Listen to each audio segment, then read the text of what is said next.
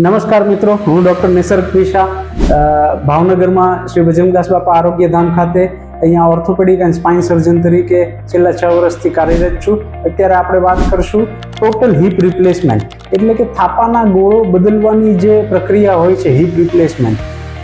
Most common જે અત્યારે ઇન્ડિયામાં આપણે જોઈએ તો કોવિડ પછી થાપાના ગોળાનું લોહીનું પરિભ્રમણ સુકાઈ જાય, ગોળો સુકાવો જેને કહેવાય, એ વાસ્ક્યુલર નેક્રોસિસ, એ સમસ્યા કોવિડ પછી ખાસ વધી ગઈ છે. સાથે સાથે આપનું વિવેકપૂર્વક ધ્યાન દોરવીએ કે કોવિડના અમુક કેસીસ પાછા શરૂ થયા છે. આપ સર્વે મિત્રો કાળજી રાખજો અને માસ્ક ચોક્કસથી પહેરજો.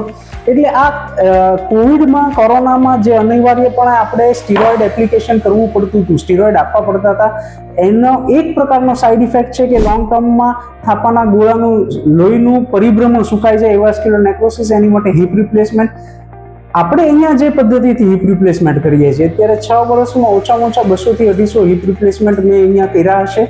અને એક પણ કેસ, આજ સુધીનો એક પણ કેસ એ ગોળો ફરીવાર ખસી ગયો હોય, ડિસ્લોકેશન થયો એવું નથી બનતો. એનું કારણ છે મારા ગુરુએ અને જે ખાસ સ્પેશિયલ ટેકનિકથી શીખવાડ્યું છે, લેટરલ એપ્રોચ, હાર્ડિંજ એપ્રોચથી હિપ રિપ્લેસમેન્ટ કરવામાં આવે તો એમાં રિપ્લેસ કરેલો ગોળો ખસી જવાની સંભાવના ખૂબ જ ઓછી થઈ જતી હોય છે, ઓલમોસ્ટ નહિવત હોય છે. એટલે મિત્રો, આવી હિપ રિપ્લેસમેન્ટ માટેની અથવા ગોળો સુકાવાની અલગ અલગ સ્ટેજ હોય છે, એના બી ઘણા બધા અલગ અલગ ટ્રીટમેન્ટ હોય છે.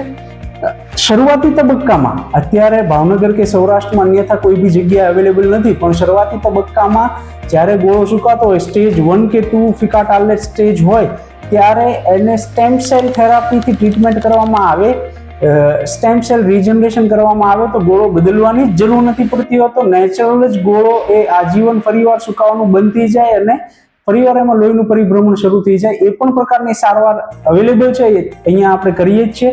તો આવા કોઈ પણ આપના શંકા, પ્રશ્ન, તકલીફ હોય તો અવશ્ય મુલાકાત લો. અમને તમારી મદદ કરવામાં ખાસ રસ છે અને યોગ્ય અને સચોટ સારવાર એ અમારો કમિટમેન્ટ છે. Thank you. નમસ્કાર.